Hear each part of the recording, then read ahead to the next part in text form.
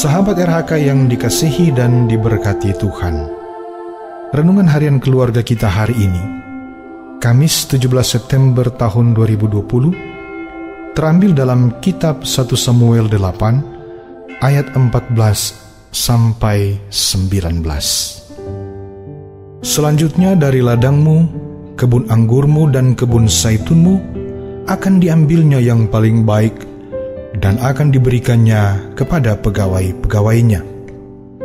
Dari gandummu dan hasil kebun anggurmu akan diambilnya 1/10 dan akan diberikannya kepada pegawai-pegawai istananya dan kepada pegawai-pegawainya yang lain. Budak-budakmu laki-laki dan budak-budakmu perempuan, ternakmu yang terbaik dan keledai-keledaimu akan diambilnya dan dipakainya untuk pekerjaannya. Dari kambing dombamu akan diambilnya 1/10, dan kamu sendiri akan menjadi budaknya. Pada waktu itu kamu akan berteriak karena rajamu yang kamu pilih itu, tetapi Tuhan tidak akan menjawab kamu pada waktu itu. Tetapi bangsa itu menolak mendengarkan perkataan Samuel, dan mereka berkata, "Tidak, harus ada raja atas kami."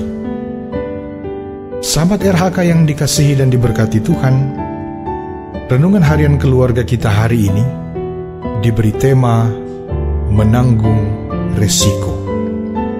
Permintaan orang Israel supaya mereka dipimpin oleh seorang raja yang nampaknya itu seturut dengan kehendak Tuhan, ternyata tidaklah demikian.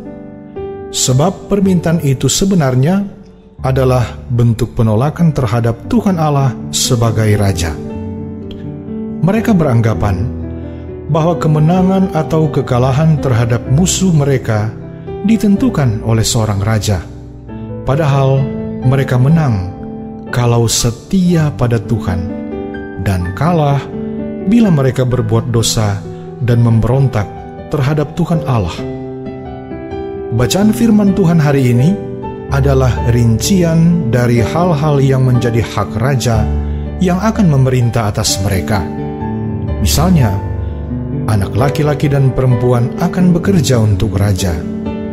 Harta kekayaan sebagai hasil terbaik dari ladang dan kebun, seperti buah anggur, pohon saitun, dan hasil gandum akan diambil 10% untuk pegawai istana.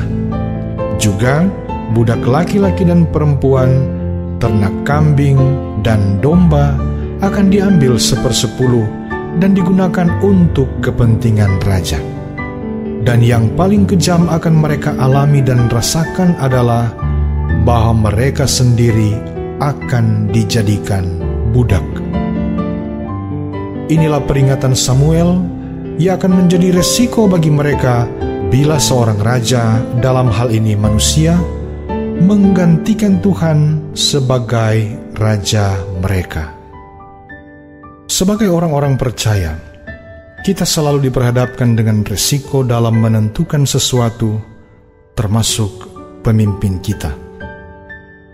Dalam hal pemimpin, kita pasti merindukan pemimpin yang selalu hadir, memberi kesejukan dan kedamaian, pemimpin yang mengayomi dan bukan otoriter, pemimpin yang bisa menghargai hasil kerja dan perjuangan hidup orang yang dipimpinnya. Oleh sebab itu, menjelang menentukan pemimpin nampaknya sama dengan memilih sesuatu, termasuk jalan hidup. Semua pilihan pasti memiliki resiko, dan kita harus menanggungnya, sama seperti Israel menanggung resiko dari pilihan mereka untuk memiliki seorang raja. Amin. Mari berdoa. Ya Tuhan, berilah kami hikmat agar kami mampu memikirkan segala resiko dari setiap pilihan kami, termasuk supaya setiap resiko yang muncul dari hasil pilihan kami, semuanya dapat kami tanggung di dalam Engkau. Amin.